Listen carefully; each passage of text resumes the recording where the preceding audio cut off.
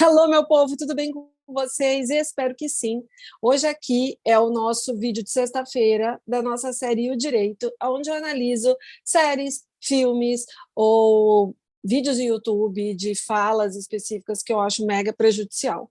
E a nossa série de hoje é uma série que está bombando aí na Netflix, que é a história do Jeff Dahmer. Se você não sabe quem foi o Jeff Dahmer, ele foi um serial killer nos Estados Unidos, principalmente ali na década de 70, 80, início dos anos 90, até 1991, onde esse cara fez 17 vítimas e onde ele tinha o mesmo modus operandi, tá? O que ele fazia? Ele atraía as vítimas, que eram homens, porque ele era homossexual, então ele atraía as vítimas de masculinas, vamos dizer assim, né, os homens, e ele primeiro dava um boa noite Cinderela para essa pessoa, né?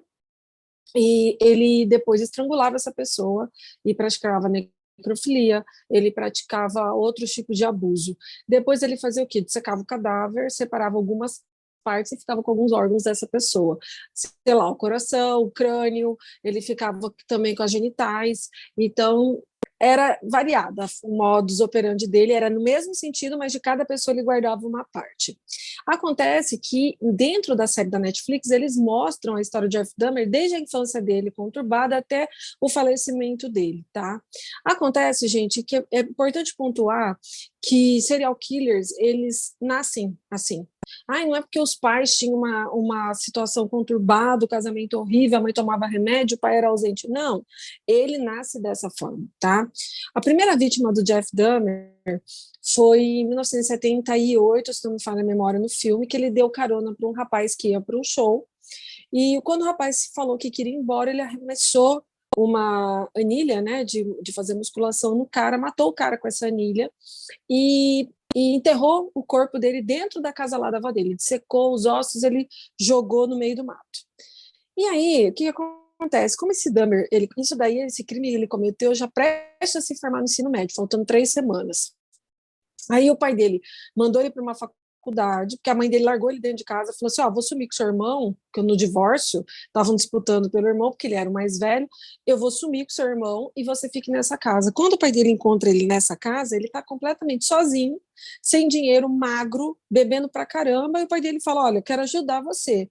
Então manda ele para a faculdade de Ohio, em 6 meses expulsam ele da faculdade, porque ele não ia, ele era alcoólatra já, porque ele começou a beber desde os 13, 14 anos, porque justamente para inibir esse sentimento que ele tinha de matar pessoas, enfim.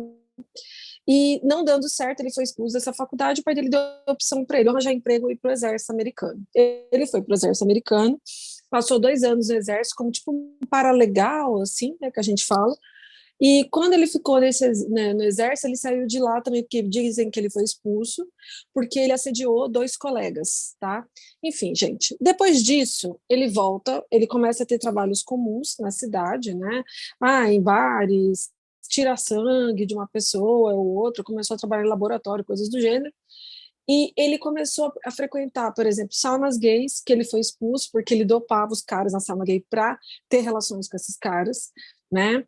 Aí ele trabalhou numa loja onde ele roubou o manequim dessa loja, ele furtou o manequim. E você fala, o que ele quer com o manequim masculino? Ele tinha atração pelo manequim, porque a pessoa, o manequim é o quê?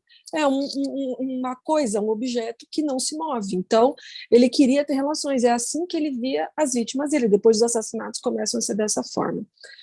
A partir de 1987, esses 17 assassinatos eles começaram a se intensificar. Então, ele começou a matar várias pessoas. E o que ficou muito claro ali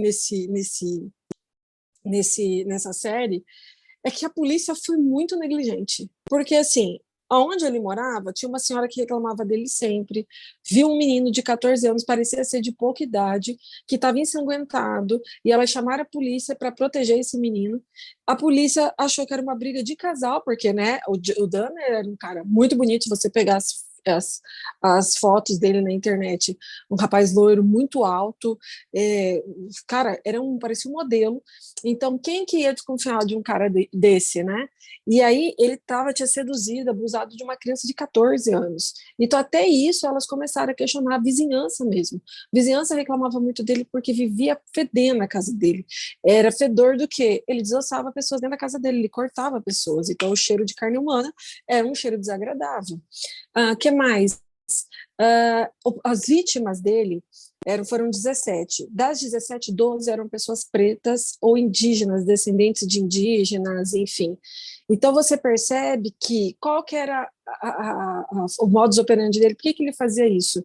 Porque ninguém ia desconfiar de um cara branco praticando esses tipos de assassinatos, e a carne preta, vamos dizer assim, entre aspas, pessoas pretas, já são acostumadas a acontecer crimes com elas, situações de desumanidade que ninguém está nem aí, principalmente as autoridades locais.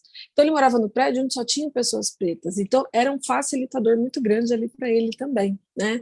Então, o tal do privilégio branco que a gente fala, o Jeff Dahmer, ele usou muito a favor, e também a negligência da polícia, o racismo estrutural que a gente fala também é frequente nessa série, tá?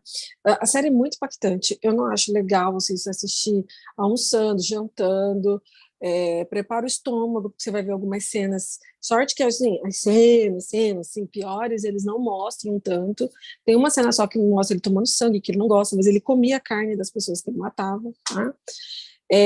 Ele foi pego mesmo, para vocês terem uma ideia, ele atraiu um outro jovem numa boate, modus operandi, ele entrava numa boate, falava que ia tirar foto, dava $50 para a pessoa ia lá para casa dele, e quando a pessoa começava de ir embora, ele matava essa pessoa, dava boa noite Cinderela, estrangulava essa pessoa, aquele mesmo trajeto. Esse cara, quando foi no apartamento dele, não tomou a bebida, né? Então, ele estava atento às coisas que estavam acontecendo. Ele conseguiu fugir da casa desse cara, e esse cara, o Dahmer algemou um braço dele, e ele começou a fugir, e quando ele encontrou o policial falou, para, achou que ele tivesse, tipo assim, preso ou alguma coisa. Quando os policiais perceberam que ele foi vítima de alguma coisa, a polícia fez o quê? Pegou ele, esse cara que estava pedindo ajuda, levou para casa do Dahmer, fez esse cara esperar no corredor e começou a analisar. Aí eles pediram para entrar. Aí o policial foi até o quarto do Dahmer. Quando ele abriu a gaveta, ele encontrou polaroides, várias fotografias de gente morta e era de verdade. Aí o policial fala, prende ele porque essas fotos são de verdade. Ele tenta até escapar e ele é levado à prisão. E aí ele confessa os 17 crimes dele. 3 anos depois de ser preso, em 1994, ele é assassinado dentro do presídio, tá? Por um cara que, com uma barra de ferro, uma coisa assim, mata ele. E, na verdade, ele não reclamava sobre disso, porque ele tinha respaldo da polícia, né? Porque, geralmente, serial killers, assim, em geral, eles têm proteção. E ele não reclamava de ninguém que ameaçava ele, porque o que dava a entender é que ele queria morrer, entendeu?